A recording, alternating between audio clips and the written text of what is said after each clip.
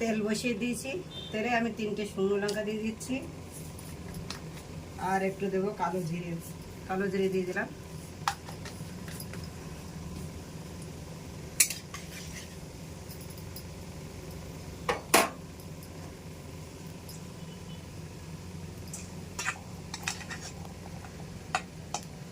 এবার দিয়ে দেবো আলুগুলো, ছোটো করে কেটে রাখা আলুগুলো দিয়ে দেবো।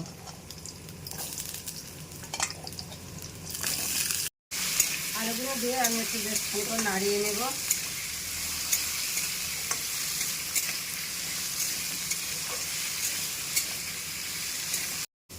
এবার এতে 4-5টা কাঁচা লঙ্কা দিয়ে দিলাম।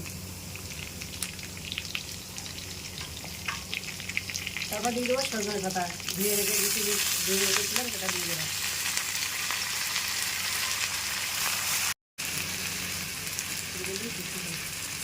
এবার স্বাদ মতো লবণ দিয়ে দিচ্ছি।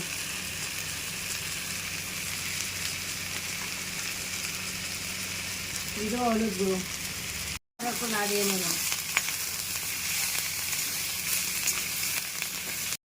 এবার দিয়ে দিচ্ছি একটু জিরে গুঁড়োটা দিয়ে আবার একটু নাড়িয়ে দিচ্ছি। দেখো কত সুন্দরভাবে সজনের পাতার আলু চচ্চড়ি হয়ে গেল। রেডি হয়ে গেল সজনের পাতা আলুর চচ্চড়ি। যেহেতু আমরা এখন ভাতের সঙ্গে খাবো, তাই জন্য আমি কড়া থেকে এখন আর লাগাচ্ছি না। রাধে রাধে বন্ধুরা।